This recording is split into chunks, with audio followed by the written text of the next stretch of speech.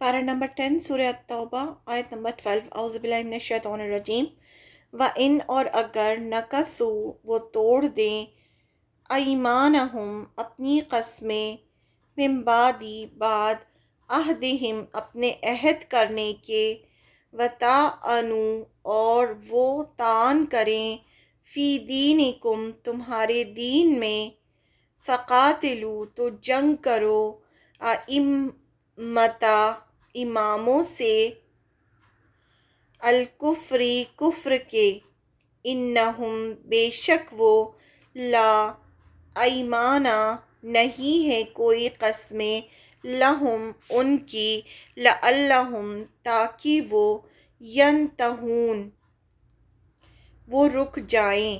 फिर मुसलमानों से कहा जा रहा है कि और अगर अहद करने के बाद अपनी कस्मों को तोड़ डालें, यानी जो कुछ कसम खाकर तुमसे अहद करें और वो तोड़ डालें और तुम्हारे दीन में ताने करने लगें, तो उन कुफ्र के पेशवाओं से जंग करो। यानी मुसलमानों के दिल में इस तरह का कोई शक ना रहे कि किससे जंग करनी है, किससे नहीं करनी है, क्यों करनी है। तो वो सब एक एक छोटी से छोटी बात भी अल्लाह ताला क्लियर कर रहे हैं कि ये बेईमान लोग हैं, अब उनकी कस्मों का कुछ एतबार नहीं, अजब नहीं कि अपनी हरकत से बाज आ जाएं। यानी वो जो हैं ये ऐसे नहीं है कि अपनी हरकतों से बाज आ जाएं ये। और अगर अहद करने के बाद अपनी कस्मों को तोड़ डालें, यानी अगर समझौते करने के बाद ये फिर अपनी कस्मों को तोड़ डालें, अगर ये कुफ्र छोड़कर इस्लाम कबूल करने का अहद करें और कसम खाएं और फिर मुर्तद होकर दीन से फिर जाएं और कस्में तोड़ दें, तो तुम्हारे दीन में ताना करने लगें और तुम्हारे दीन पर ताने और हमले शुरू कर दें और दीन को बुरा भला कहने लगें, तो उनको कुफ्र के पेशवाओं से जंग करो।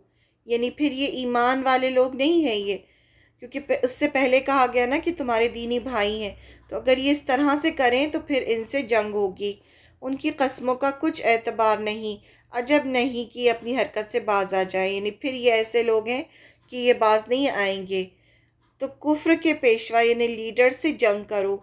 यहाँ इन लीडर से मुराद मुशरिकीन मक्का हैं, क्योंकि ये काबा के मुतवल्ली थे, यानी काबा की कस्टडी जो थी वो इनके पास थी।